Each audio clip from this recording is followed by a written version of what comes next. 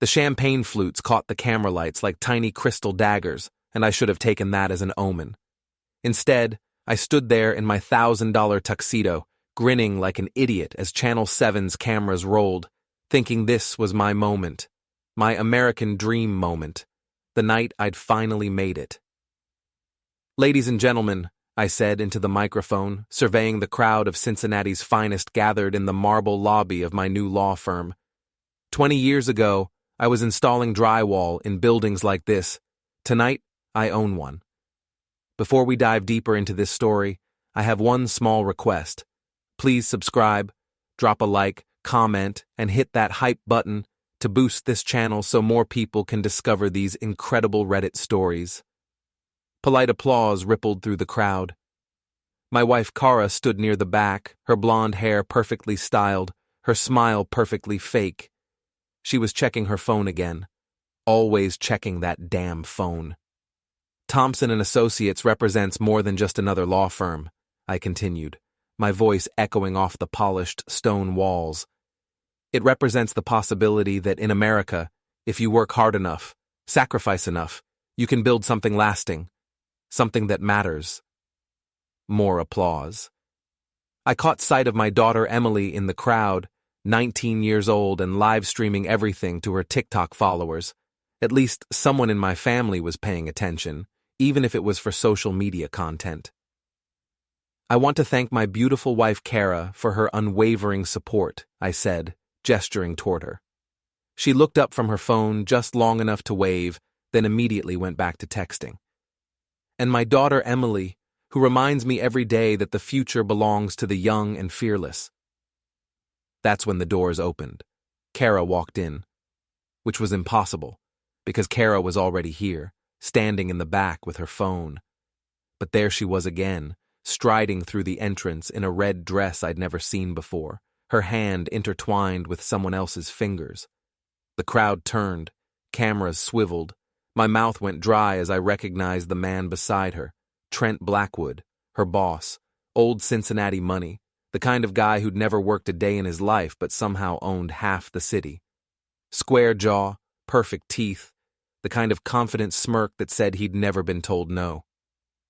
They walked straight toward the front of the room, past the stunned faces of guests, past the rolling cameras, past my law partners whose mouths were hanging open like broken mailboxes. Cara, my wife, the mother of my child, the woman I'd worked 80-hour weeks to provide for, stopped directly in front of me. She was still holding Trent's hand. "David," she said, her voice carrying clearly through the microphone I was still gripping, "I have something for you." She reached into her purse and pulled out a manila envelope, legal size, the kind I'd served on countless defendants over the years. "Divorce papers," she announced to the room, to the cameras, to the entire city watching live on the evening news. "Already filed, already served." She dropped the envelope at my feet. Then she kissed him, right there, in front of everyone, in front of the cameras, in front of our daughter. A long, passionate kiss that said everything about where she'd been spending her late nights at the office. The room erupted. Gasps, whispers, the rapid-fire clicking of camera phones. I could hear Emily somewhere behind me, her voice cracking as she said, "Mom, Mom, what are you doing?" Trent broke the kiss and looked directly at me, that smirk spreading wider across his face. "Hope you don't mind the interruption, Dave. But Cara and I thought you should hear it from us first. You know, before the media gets hold of it." He leaned closer to the microphone, his voice dropping to a stage whisper that somehow carried to every corner of the room. "Oh, and Dave? Your first case as a solo practitioner? Our divorce. Good luck with that." The laughter started somewhere in the back, quiet at first, then building. Someone said, "Jesus Christ." Someone else said, "Poor bastard." I heard a woman's voice. She definitely traded up. I stood there, frozen, the microphone still in my hand, watching my wife and her lover bask in the spotlight of my humiliation. 20 years of marriage. 20 years of building something together. Gone in 30 seconds of primetime television. Trent wasn't done. He took the microphone from my numb fingers. "Ladies and gentlemen," he said, his voice smooth as aged whiskey, "I think that concludes tonight's entertainment. Thank you all for coming to witness the end of one American dream and the beginning of another." More laughter, applause even, as if this was all some elaborate performance they'd paid to see. I looked out at the crowd, my colleagues, my clients, my friends, and saw nothing but pity and amusement. These people who'd eaten my food, drunk my wine, celebrated my successes, were now watching my destruction like it was dinner theater. My daughter pushed through the crowd toward me, tears streaming down her face, but Kara intercepted her. "Emily, honey," Kara said, her voice saccharine sweet. "Mommy's going to be much happier now. You understand, don't you?" Emily looked between us, her young face twisted with confusion and pain. Then she looked at the cameras, at the crowd, at the social media storm already brewing on her phone. She made her choice. "Dad," she said, loud enough for everyone to hear. "Maybe if you'd been a better husband, Mom wouldn't have had to find someone else." The knife twisted deeper. My own daughter, choosing sides in the most public way possible.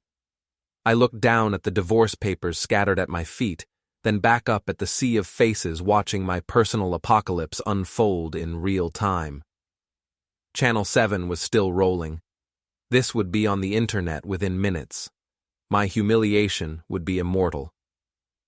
There was only one thing left to do.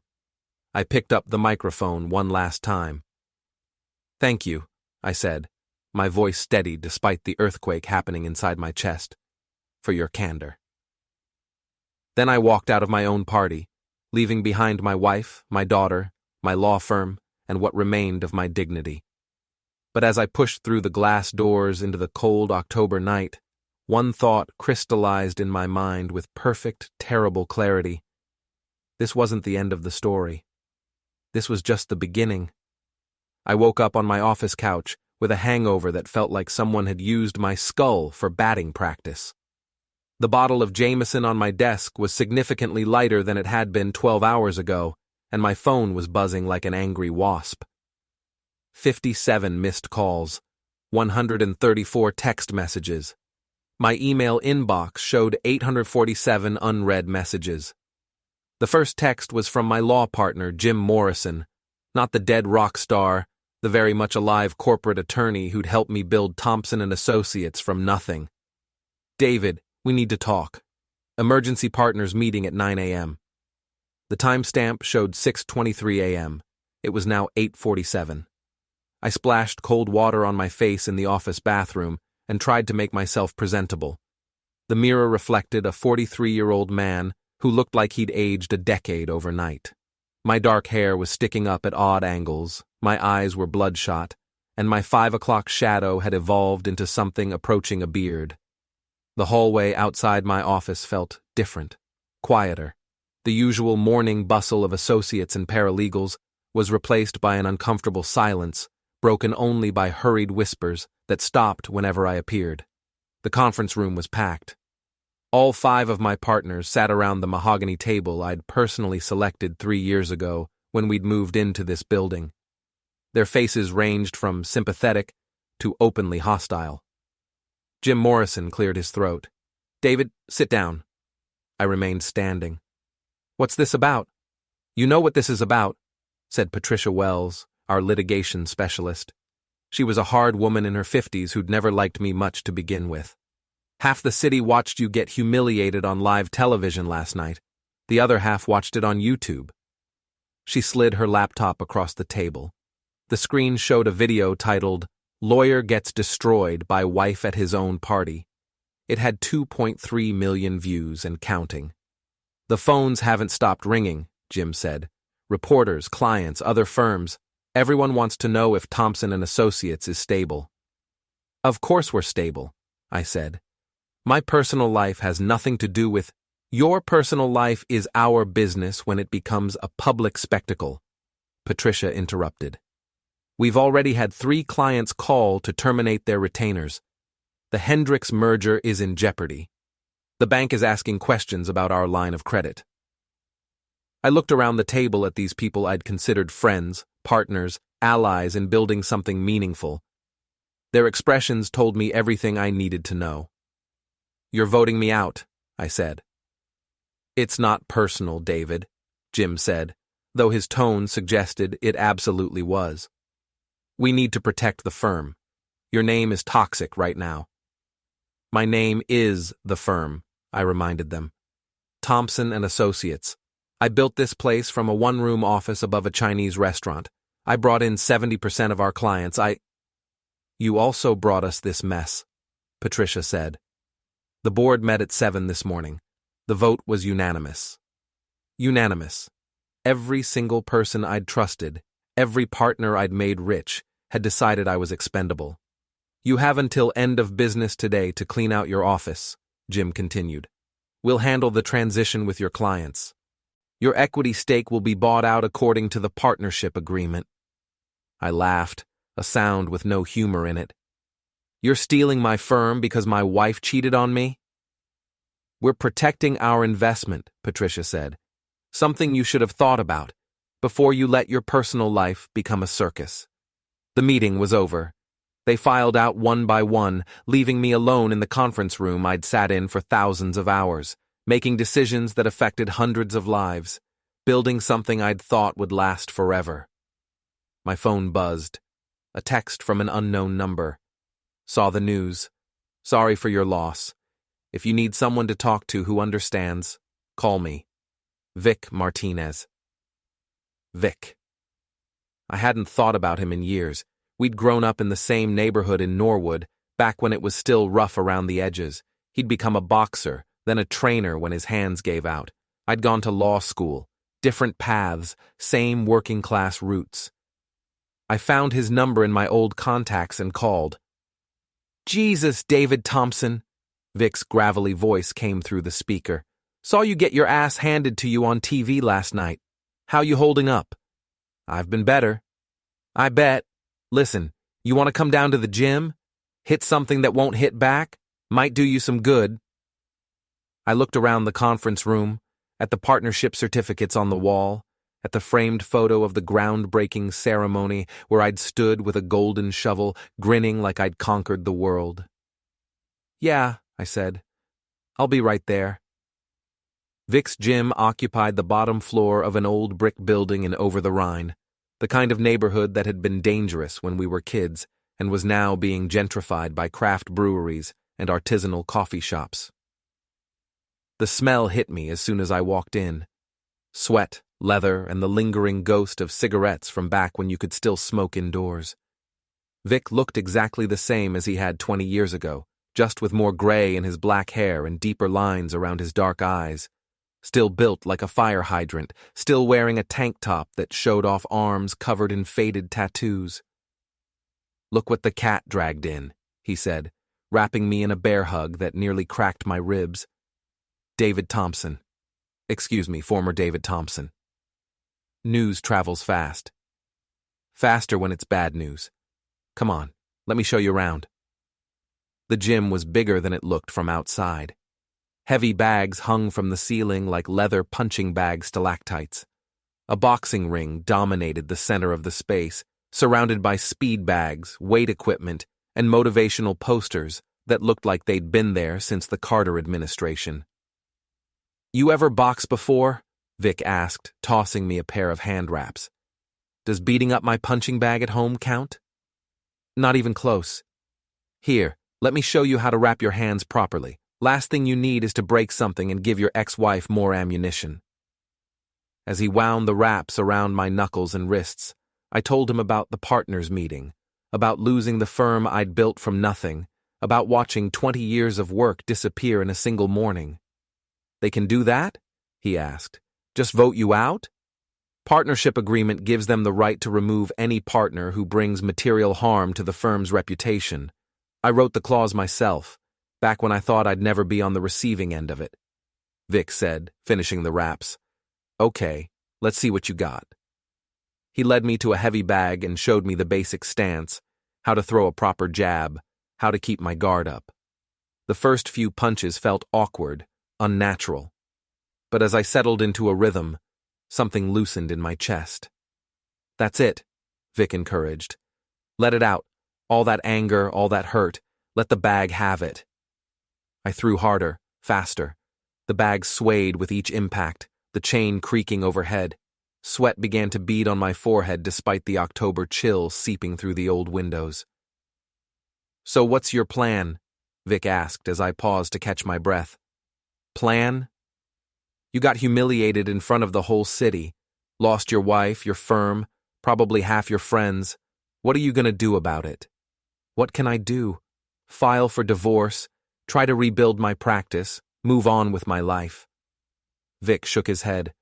That's not moving on, that's giving up. These people destroyed you for sport, David. Your wife, her boyfriend, your partners, even your own daughter. They turned your life into entertainment. He was right. The memory of their laughter, their applause, burned in my stomach like acid. So, what do you suggest? You're a lawyer. You know how to find pressure points, how to exploit weaknesses. These people think they won, think they can just walk away from the wreckage they made of your life. Vic stepped closer, his voice dropping to almost a whisper. Prove them wrong. My phone buzzed. A text from Kara. David, we need to talk about Emily and the house. Can you meet me at Starbucks on Vine Street at 3? I showed Vic the message. She wants to meet, I said. Of course she does. Now that she's had her fun, she wants to negotiate. Probably figured out she needs something from you. I stared at the message, then at my reflection in the gym's cracked mirror. The man looking back at me was different from the one who'd stood at that podium last night. Harder, angrier, more focused. You know what, Vic? I think I will meet with her. Attaboy. But David? Yeah. Don't show your hand. Not yet. Let them think they broke you. People get careless when they think they've already won. I unwrapped my hands and headed for the door, but Vic called after me. Hey, David, that partnership agreement you mentioned, the one that let them kick you out? What about it? Did it say anything about what happens if the firm goes under? Who gets the assets, the client list, stuff like that? I paused, my hand on the door handle. Why? Just curious. Seems like the kind of thing a smart lawyer would want to know. As I walked back to my car, Vic's question echoed in my mind. The partnership agreement. I'd written it myself back when Thompson and Associates was just a dream, and I was covering every possible contingency, including what would happen if the firm collapsed entirely. A slow smile spread across my face as I remembered a particular clause I'd insisted on, over the objections of the other partners. A clause that seemed paranoid at the time, but now felt like prophecy. Maybe I wasn't as powerless as everyone thought. Maybe it was time to remind them all who they were dealing with. The Starbucks on Vine Street was packed with the usual afternoon crowd. College students with laptops, business people grabbing caffeine fixes, tourists studying maps of the city. I arrived 10 minutes early and claimed a corner table where I could watch the door. Kara walked in at exactly 3 o'clock because punctuality had always been one of her few virtues. She'd changed out of the red dress from last night into something more conservative. Dark jeans, cream-colored sweater, minimal makeup. The outfit of a woman trying to look reasonable, approachable, harmless. She spotted me and walked over, her expression carefully neutral. David, she said, settling into the chair across from me. Thank you for meeting me. Kara. I kept my voice flat, emotionless. You said we needed to talk about Emily in the house. She ordered a skinny vanilla latte from the barista who'd materialized beside our table, then turned back to me with what I recognized as her "let's be adults about this" expression.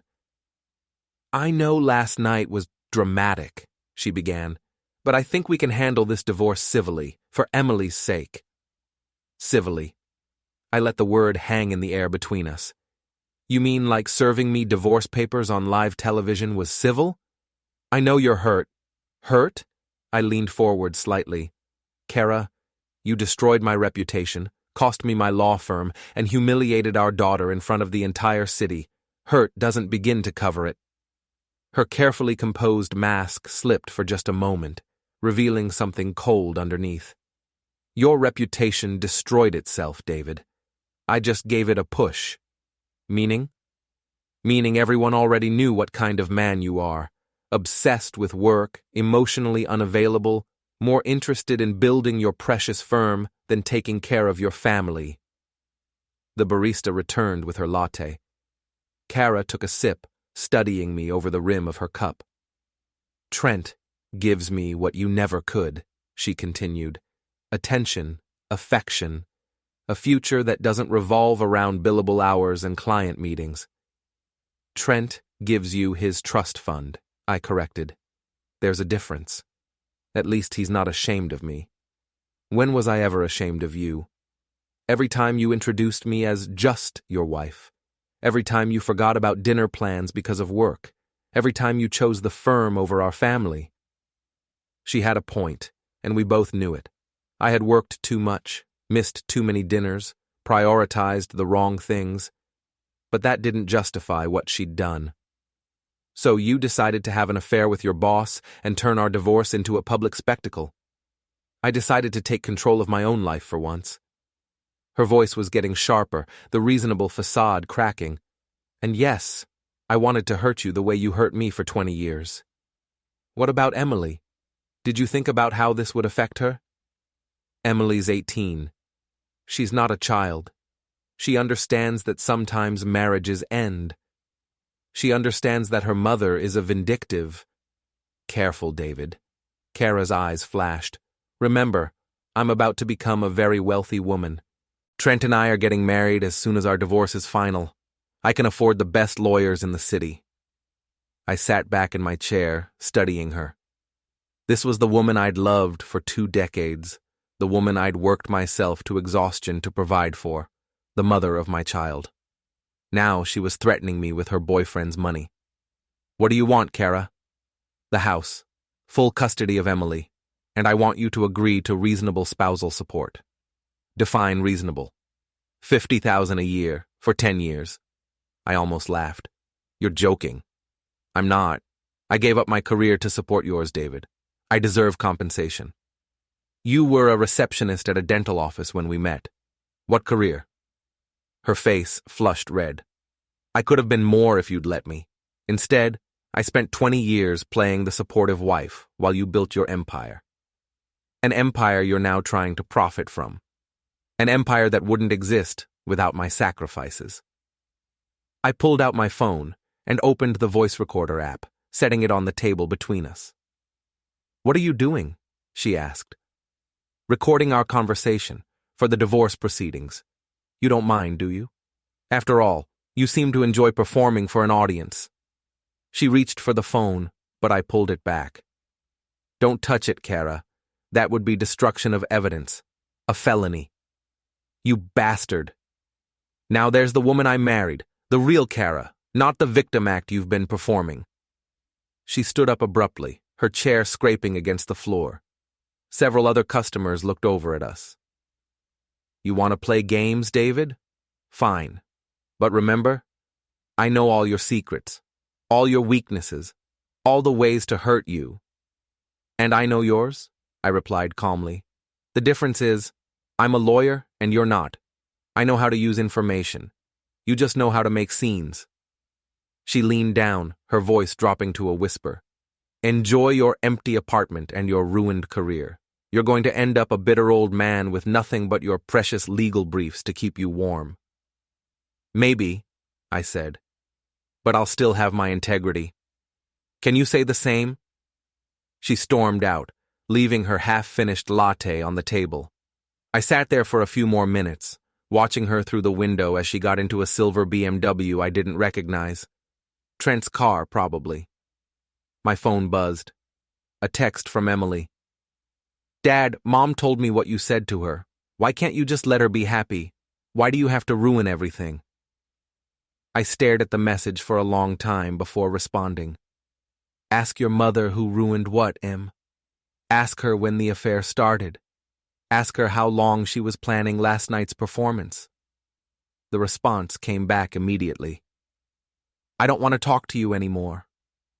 I pocketed my phone and walked back to my car, Kara's threats echoing in my mind. She knew my secrets, my weaknesses. She thought that gave her power over me. What she didn't know was that I'd spent 20 years as a lawyer, learning how to find the pressure points in any situation, how to identify weaknesses and exploit them, how to destroy people professionally, legally, and completely. And unlike Kara, I didn't need to make a scene to do it. I just needed to be patient. My temporary apartment was a furnished studio in downtown Cincinnati, the kind of place that rented by the week to traveling businessmen and people whose lives had recently exploded. It came with basic cable, a Murphy bed, and a kitchenette that looked like it had been designed by someone who'd never actually cooked a meal.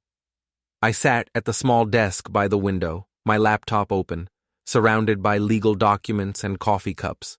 Outside, the city lights twinkled like stars, but I wasn't looking at the view. I was looking at the partnership agreement for Thompson and Associates, specifically Section 12, subsection C. The clause I'd insisted on 7 years ago over the objections of every other partner. In the event of firm dissolution or material breach of fiduciary duty by a majority of partners, all assets, client lists, and goodwill shall revert to the founding partner, David Thompson, in recognition of his initial investment and firm development. At the time, Jim Morrison had called it paranoid. Patricia Wells had said it was unfair. But I'd held firm, threatening to walk away from the partnership entirely if they didn't agree. Now I understood why my subconscious had been so insistent. My phone rang. Vic's number. "How'd the coffee date go?" he asked. "About as well as expected. She wants the house, custody, and $500,000 in spousal support." $500,000? Jesus, what did you tell her? I told her I'd think about it. Bullshit. I can hear it in your voice. You're planning something. I smiled, still staring at the partnership agreement. Did you know that Trent Blackwood's company, Blackwood Development, has been struggling financially for the past 18 months? I didn't, but I'm guessing you do. Public records are wonderful things, Vic. Blackwood Development has defaulted on 3 major projects this year. They're hemorrhaging money, laying off employees, and desperately looking for investors. So guess who's been handling their legal work for the past 5 years? Silence on the other end of the line as Vic processed the implications. Thompson and Associates, he said finally. Thompson and Associates, which means I have access to their financial records, their contracts, their correspondence, all perfectly legal, since I was their attorney of record until this morning. And what exactly are you planning to do with this information? I minimized the partnership agreement and opened another file on my laptop. Blackwood Development's financial statements for the past 3 years, showing a steady decline from modest profitability to significant losses. I'm going to save Trent from himself, I said, by making sure he can't afford to marry my wife. David, be careful. You start playing games with people's money, you could end up in serious trouble. I'm not playing games, Vic. I'm practicing law. There's a difference. I hung up and opened my email, scrolling through the hundreds of messages that had accumulated since last night. Most were from reporters, curiosity seekers, and people offering sympathy or legal advice I didn't need. But buried in the noise was one that made me pause. The sender was listed as J. Blackwood, BlackwoodDev.com, Julia Blackwood, Trent's wife. The subject line read, "We should talk." I opened the message. "Mr. Thompson, I saw the news about your situation. I believe we may have mutual interests. Would you be available to meet tomorrow afternoon? I have information I think you'd find valuable. Julia Blackwood." I stared at the message for several minutes, trying to process what it meant. Trent's wife wanted to meet with me, the day after my wife publicly announced she was sleeping with her husband. This could be a trap. It could be Trent using his wife to gather information about my plans or to offer some kind of deal. It could be Julia trying to play peacemaker, to convince me to go quietly into the night. Or it could be exactly what it appeared to be, the wife of the man who'd destroyed my marriage, offering to help me destroy his. I hit reply and typed a brief response. Mrs. Blackwood, I'm available tomorrow at 2 p.m. Where would you like to meet? Her response came back within minutes. The Omni Hotel lobby. I'll be wearing a blue scarf. Come alone. I closed the laptop and walked to the window, looking out at the city where I'd built my life, lost my family, and was now planning my revenge. Somewhere out there, Kara was probably celebrating with Trent, toasting their victory, and planning their future together. They thought they'd won. They thought I was finished. Tomorrow, I'd start proving them wrong.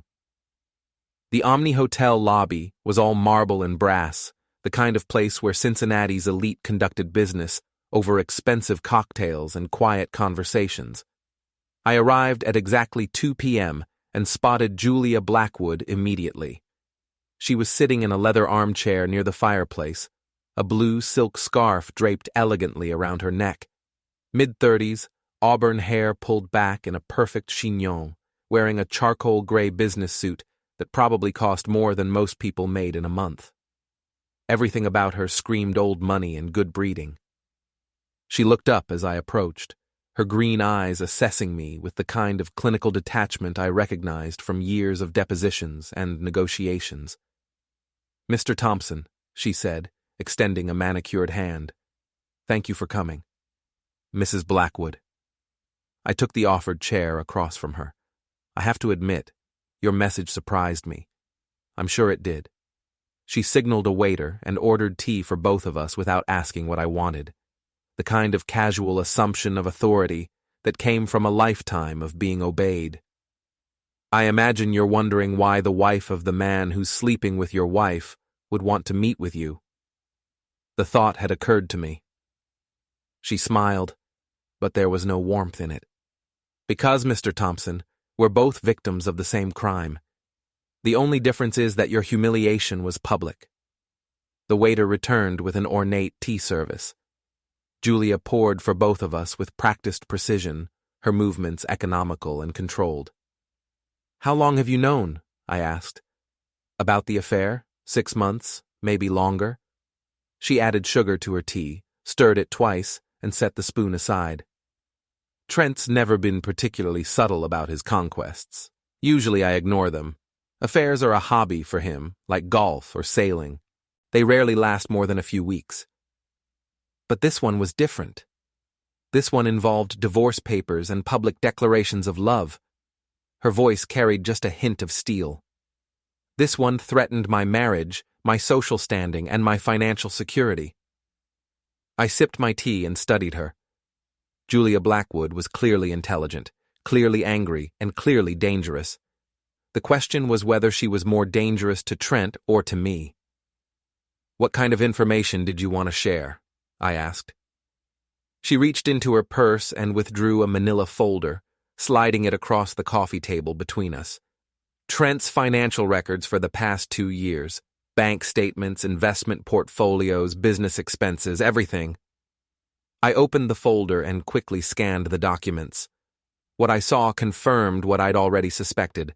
Blackwood Development was in serious trouble, but these records showed something more disturbing. He's been moving money, I said, transferring assets to offshore accounts. Cayman Islands, Switzerland, Singapore. He's been liquidating everything he can without triggering automatic reporting requirements. Why? Because he knows what's coming. Blackwood Development is going to collapse within the next 6 months. When it does, his creditors will come after his personal assets, unless those assets have mysteriously disappeared. I continued reading, my lawyer's mind automatically cataloging the implications of what I was seeing. This is fraud, multiple felonies. If the SEC got hold of this, Trent would spend the next decade in federal prison. Julia's smile was sharp as a blade. Which brings us to why I'm showing this to you. You want me to turn him in. I want you to help me destroy him before he destroys me. She leaned forward, her voice dropping to barely above a whisper. My prenup is ironclad, Mr. Thompson. If Trent divorces me, I get almost nothing. But if he's convicted of fraud, if his assets are seized by the government, then we're both victims of his crimes. The prenup becomes void. And you get half of whatever's left. I get half of whatever I can prove existed before he started hiding it. She tapped the folder with one perfectly manicured finger, which, thanks to these records, is quite substantial. I closed the folder and sat back in my chair.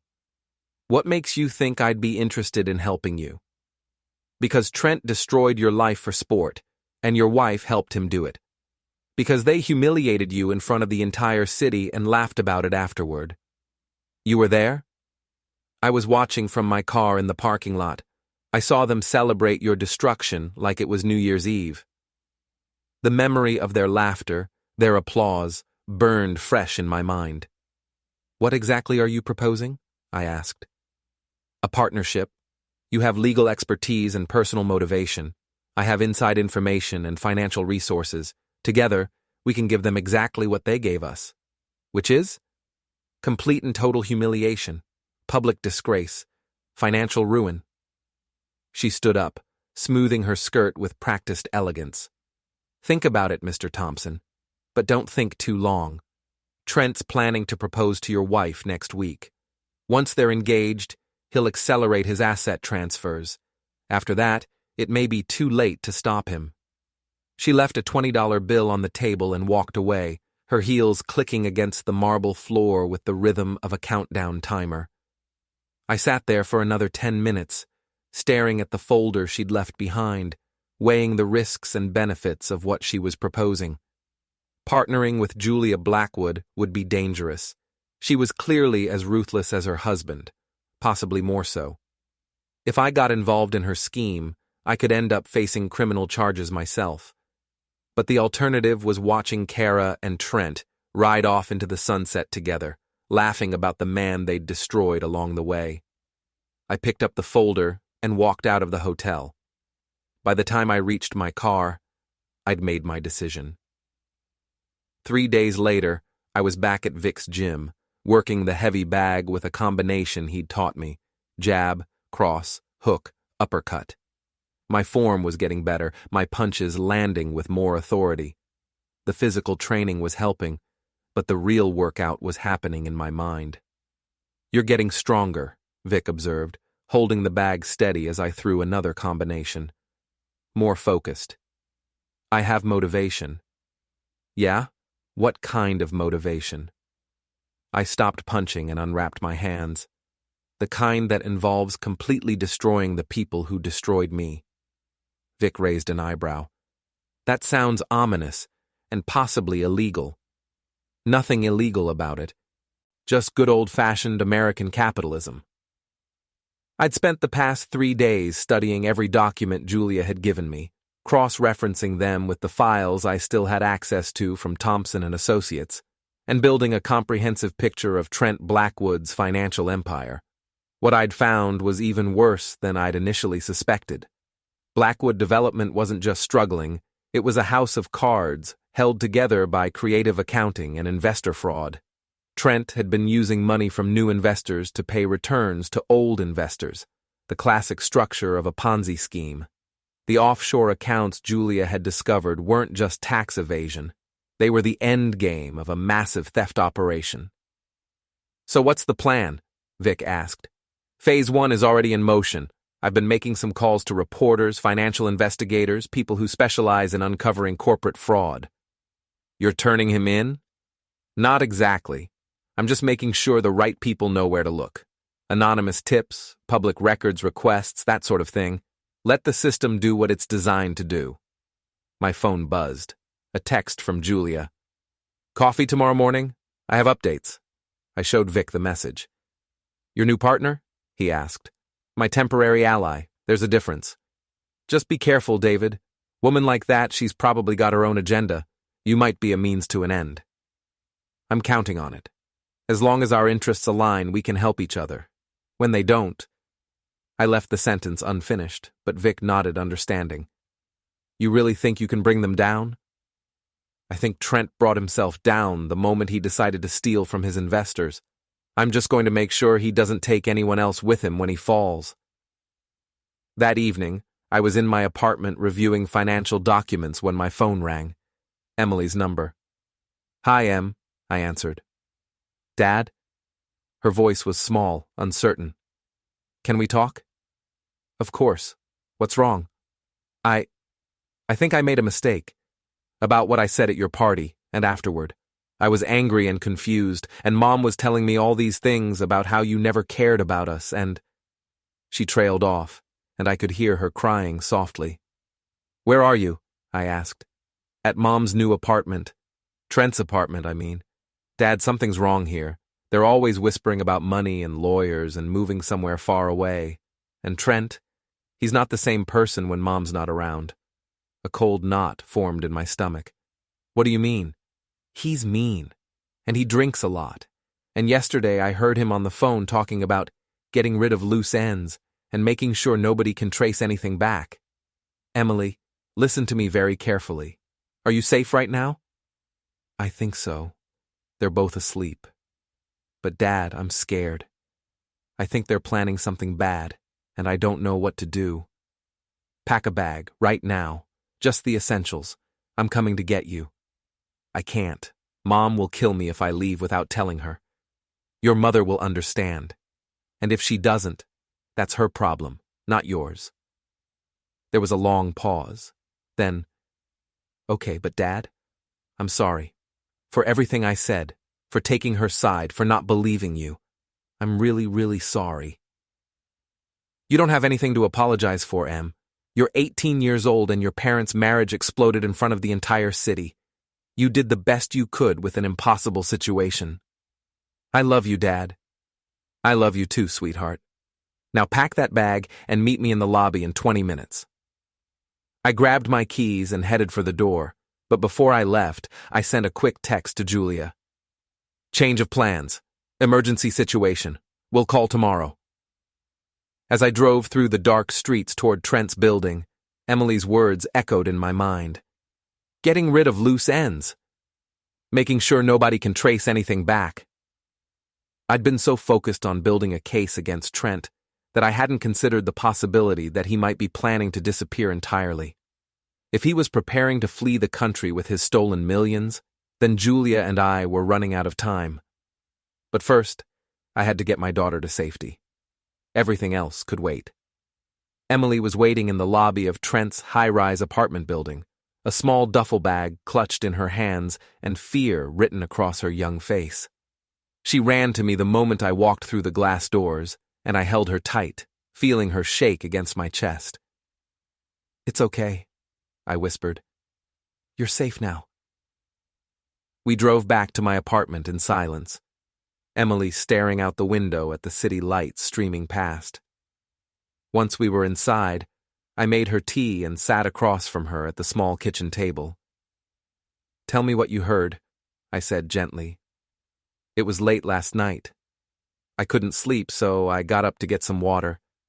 Trent was in his office on the phone, and the door was cracked open. She wrapped her hands around the warm mug, using it to steady herself.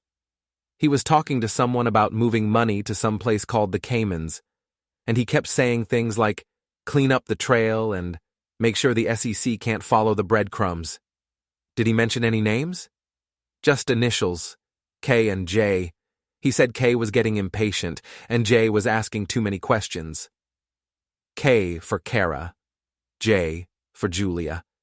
My wife and my temporary ally, both apparently deeper in Trent's schemes than I'd realized.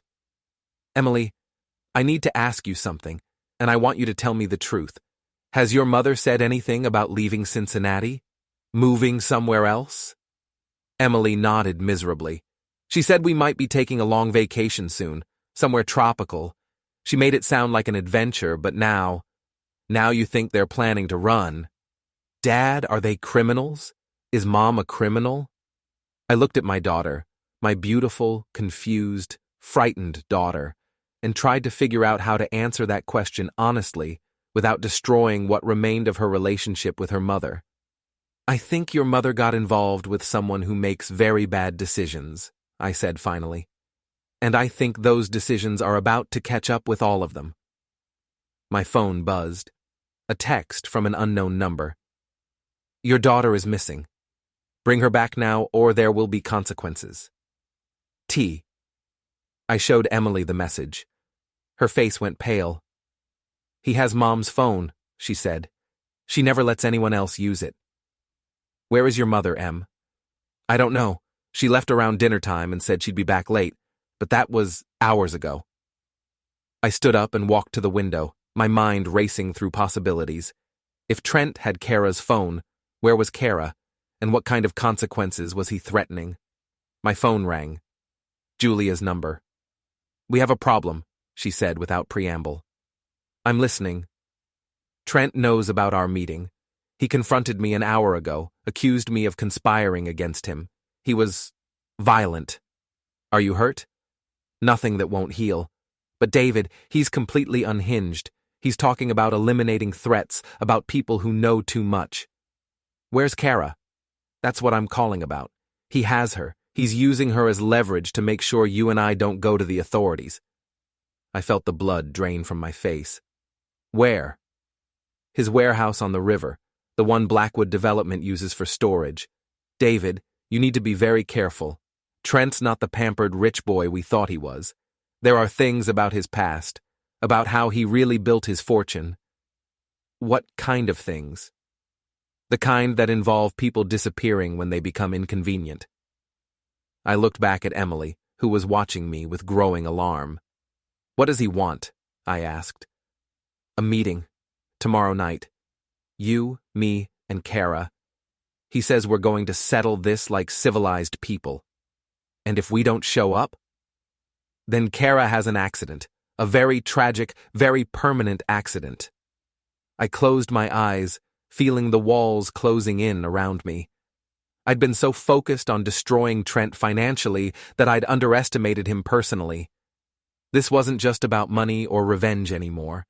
This was about survival. "Julia, listen to me carefully. Do exactly what he says. Agree to the meeting, but call the police as soon as we hang up." "I can't. He has photos, recordings, evidence that makes me look complicit in his schemes. If this goes public, I'll go to prison along with him." "Better prison than dead." "Maybe, but there might be another way." "I'm listening." "Meet me tomorrow at noon. The same place as before. I have an idea, but I'm going to need your help to pull it off." She hung up before I could respond. I stared at the phone for a long moment, then turned back to Emily. "Pack another bag," I said. "You're not staying here tonight." "Where are we going?" "Somewhere safe. And Emily? Whatever happens in the next few days, I need you to know that I love you more than anything in the world, and everything I'm about to do, I'm doing to protect you." She nodded, tears streaming down her face. As she went to gather her things, I made a call to Vic. "I need a favor," I said when he answered. "Name it." "I need you to keep Emily safe for a few days, no questions asked." "David, what the hell is going on?" "Something that should have ended with a simple divorce but turned into something much worse." "Are you in danger?" I looked out the window at the city where I'd built my life, lost my family, and was now fighting for all our lives. We all are, Vic. We all are. The next morning, I sat across from Julia in the same hotel lobby where this alliance had begun, but everything had changed. She had a bruise on her left cheek that makeup couldn't quite hide, and her usual perfect composure was cracked around the edges. "How's Emily?" she asked. "Safe, hidden somewhere Trent will never find her." I'd left my daughter with Vic, who'd promised to keep her at the gym until this was over. "Now tell me your plan." Julia opened her briefcase and withdrew a small digital recorder, no bigger than a matchbox. "Trent wants to meet tonight to settle this like civilized people," she said, making air quotes.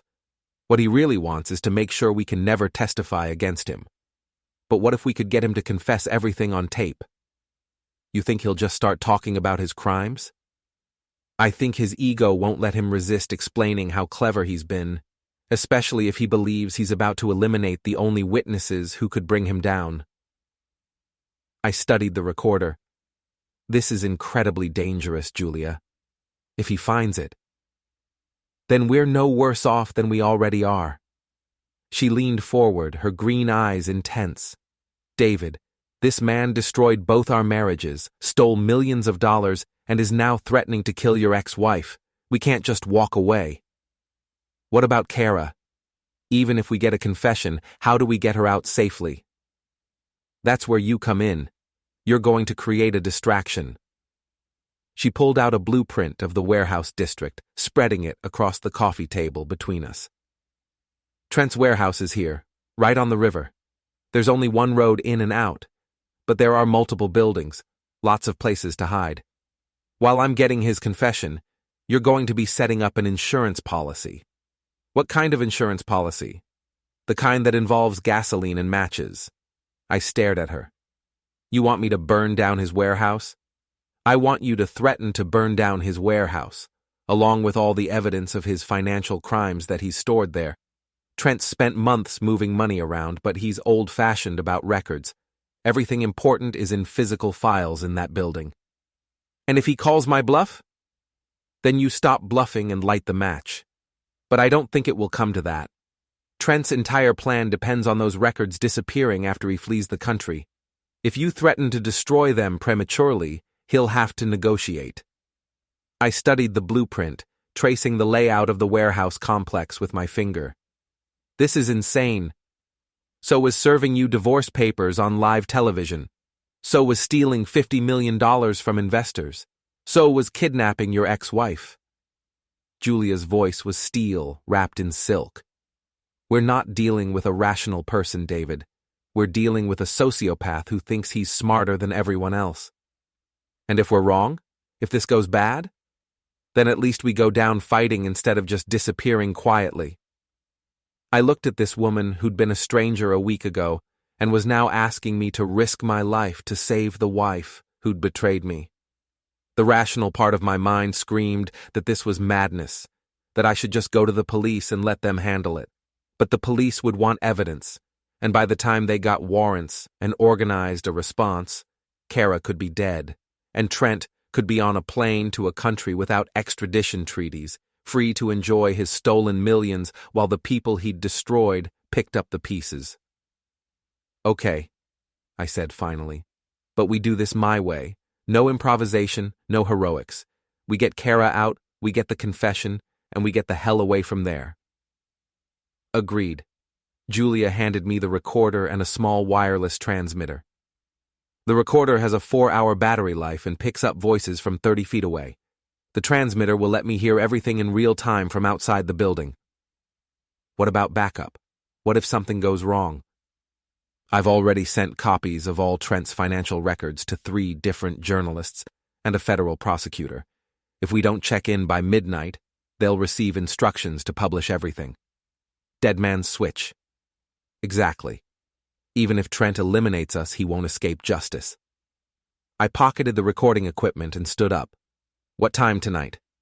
9 o'clock, the warehouse at the end of Riverside Drive. Julia? I paused at her chair. Why are you doing this? You could just disappear, start over somewhere else. Why risk everything for a woman who's sleeping with your husband? She was quiet for a long moment, staring out the hotel's tall windows at the city beyond. Because 20 years ago, I was the other woman, she said finally. I was young and stupid and thought I was in love with a married man. I helped destroy a marriage, broke up a family, ruined lives for what I thought was romance. Trent? No. Someone else. Someone who taught me that there are consequences for the choices we make, and sometimes those consequences take decades to catch up with us. She looked back at me, and I saw something in her eyes I hadn't noticed before. Not just anger or determination, but guilt. And maybe, just maybe, redemption. This is my chance to balance the scales, she said, to be on the right side for once. I left her there and walked out into the afternoon sunlight, the recording equipment heavy in my pocket. In 6 hours, I'd be walking into a trap set by a man who'd already proven he was willing to kill to protect his secrets. But for the first time since this nightmare began, I felt like I had a real chance to win. And if I didn't win, at least I'd make sure Trent Blackwood lost everything too. The warehouse district at night was a maze of shadows and rusted metal, abandoned buildings and empty parking lots stretching along the Ohio River like a graveyard of industrial dreams. I parked 3 blocks away and walked the rest of the distance, the recording equipment hidden in my jacket and a gas can in my hand. Trent's warehouse sat at the end of a dead-end street, a massive concrete building that had probably housed manufacturing equipment back when Cincinnati was a blue-collar town. Now it was just another monument to economic decline, perfect for storing stolen money and conducting business that couldn't survive daylight scrutiny. I circled the building twice, looking for security cameras, guards, any sign of a trap beyond the obvious one. The place seemed deserted except for a single black Mercedes parked near the main entrance and lights visible through the high windows on the second floor. My phone buzzed. A text from Julia. "In position. Can you hear me?" I activated the wireless transmitter and whispered, "Loud and clear. Trent's car is here, but I don't see any others. He might be alone. Or he might have help waiting inside. Only one way to find out. Good luck, David." I approached the main entrance, a heavy steel door that looked like it could withstand a small explosion. It was unlocked, which should have been my first warning that things weren't going according to plan. The interior of the warehouse was a cavern of shadows, broken by pools of light from overhead fixtures. Wooden crates and cardboard boxes were stacked in neat rows, creating corridors and dead ends throughout the space. At the far end, a metal staircase led to a second-floor office area where the lights were on. "David Thompson," Trent's voice echoed through the space, amplified by the concrete walls. "So good of you to join us. Come on up." I started walking toward the stairs, the gas can sloshing quietly with each step. The recorder in my pocket was already running, and I could feel Julia listening through the transmitter. "Just me down here, Trent," I called back. "Where's Kara?" "Safe and sound, for now." I climbed the metal stairs, each step ringing like a bell in the empty space. The second-floor office was a long room with windows overlooking the warehouse floor, furnished with expensive leather chairs and mahogany furniture that looked absurdly out of place in the industrial setting. Trent was sitting behind a massive desk, wearing a perfectly tailored suit despite the late hour. He looked relaxed, confident, like a man holding all the cards. Kara was in a chair beside him, her hands zip-tied behind her back and duct tape over her mouth. She was alive, alert, and absolutely furious. "You can put down the gas can, David," Trent said pleasantly. "We're all civilized people here." "Are we?" I set the can down but didn't move away from it. "Civilized people don't kidnap their girlfriend's ex-husband's wife." "Girlfriend?" Trent laughed. "Is that what Kara told you? Oh, David, you really don't understand what's been happening, do you?" He stood up and walked around the desk, staying well out of my reach. "Kara isn't my girlfriend. She's my business partner, have been for almost 2 years now." I felt the world tilt slightly. "What?" "The affair was just theater, David. Performance art designed to destroy your credibility and distract attention from our real activities." Trent pulled out his phone and showed me a series of photographs. Kara entering and leaving banks, meeting with men in expensive suits, signing documents. "Your wife has been helping me move money, establish offshore accounts, create the paper trail that makes my little Ponzi scheme look legitimate. She's been very, very helpful." I looked at Kara, whose eyes were blazing with what I'd initially thought was anger, but now realized might be something else entirely.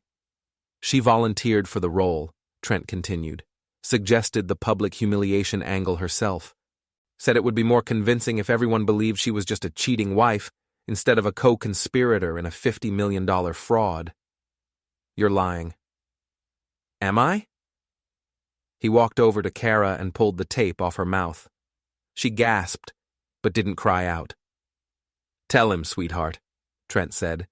"Tell your ex-husband how this really started." Kara looked at me for a long moment, and I saw something in her expression I'd never seen before. Not guilt, not shame, but pride. "I was tired of being poor, David," she said quietly. "Tired of watching you work yourself to death for a middle-class life, while people like Trent inherited millions just for being born. So you decided to steal it?" "I decided to take what I deserved, what we deserved. The plan was to disappear together, start over somewhere beautiful and warm. But then you had to start investigating, had to bring Julia into it." "Julia." I turned back to Trent. "Where is she?" "Ms. Blackwood is indisposed at the moment," Trent said. "Permanently indisposed, I'm afraid." The bottom dropped out of my stomach. "You killed her?" "I eliminated a threat to our operation, just like I'm about to eliminate 2 more. Trent opened a desk drawer and pulled out a pistol, pointing it casually in my direction. "Here's what's going to happen, David. You and Kara are going to have a murder-suicide, tragic end to a bitter divorce. She shoots you, then turns the gun on herself. Very sad, very believable. Except I'm not going to cooperate with that plan. You don't have a choice." I smiled and picked up the gas can again. "Actually, I do." I unscrewed the cap and began pouring gasoline across the office floor, the fumes immediately filling the air with their sharp, dangerous smell. "What the hell are you doing?" Trent demanded. "Creating a distraction." I pulled out a book of matches. "You see, Trent, I know about the files, all your financial records, the evidence of every crime you've committed, stored right here in this building. If I light this match, it all goes up in smoke." "You'll kill us all!" "Maybe, but you'll lose everything you've worked for. All that stolen money won't do you any good if you can't access it because the account information burned up." Trent's confidence cracked for the first time. "You're bluffing." "Am I?" I struck a match, the small flame dancing in the gasoline-scented air. That's when the lights went out. Emergency lighting kicked in a moment later, bathing everything in a hellish red glow. In the confusion, I heard a gunshot, a scream, and the sound of someone falling. When my eyes adjusted, Trent was on the floor, clutching his shoulder and bleeding. Kara was standing over him, the zip ties somehow cut, holding his gun. And Julia Blackwood was walking up the stairs, very much alive, with 2 men in FBI jackets behind her. "Sorry we're late," Julia said calmly. "Traffic was murder." I stared at her, the unlit match still in my hand. "You're supposed to be dead." "Reports of my death were greatly exaggerated, also completely fabricated." She looked at Trent, who was groaning on the floor. "Did you really think I'd come here without backup?" "The FBI?" I asked. "I've been working with them for 6 months, ever since I first discovered Trent's offshore accounts. They needed someone on the inside to gather evidence." She turned to Kara, who was still holding the gun but looking increasingly confused. "And you, my dear, just confessed to conspiracy and fraud in front of federal agents. I hope that tropical vacation was worth 20 years in prison." One of the FBI agents approached me. "Mr. Thompson, we're going to need you to come with us. You're not under arrest, but we have a lot of questions." I nodded and blew out the match, dropping it harmlessly to the floor. As the agents led Trent and Kara away in handcuffs, Julia walked over to me. "Are you okay?" she asked. "I think so." "Julia, why didn't you tell me you were working with the FBI?" "Because I needed your reactions to be genuine.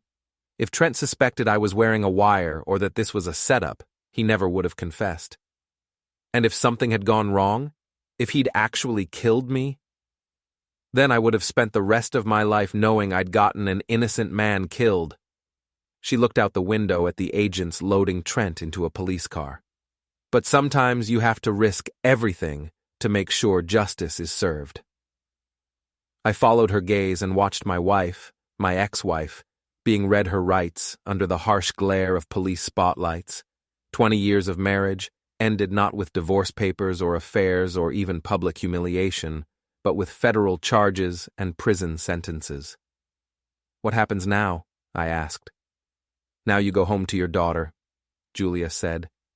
"You rebuild your life. You start over." "And you?" "I testify against my husband, help the FBI recover as much of the stolen money as possible, and try to figure out what comes next." We walked down the stairs together, past the scattered gasoline and the overturned furniture, past the wreckage of all our lives. Outside, the police cars were pulling away, taking Trent and Kara toward a future none of us had imagined when this all started. I stood there watching until their tail lights disappeared into the night. My phone buzzed. A text from Emily. "Dad, are you okay? Vic said you'd call when it was over." I smiled and typed back, "It's over, sweetheart. I'm coming to get you." As I walked back to my car, I thought about everything that had led to this moment.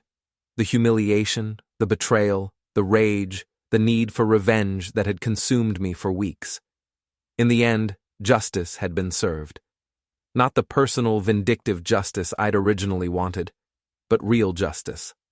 The kind that comes with handcuffs and prison sentences and the knowledge that the people who'd hurt you would face consequences for their actions.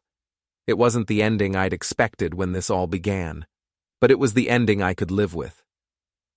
I got in my car and drove through the empty streets toward Vic's gym, toward my daughter, toward whatever came next. Behind me, the warehouse district faded into darkness, taking with it the last remnants of my old life and all the people who'd tried to destroy it. I was free. Finally. Completely free.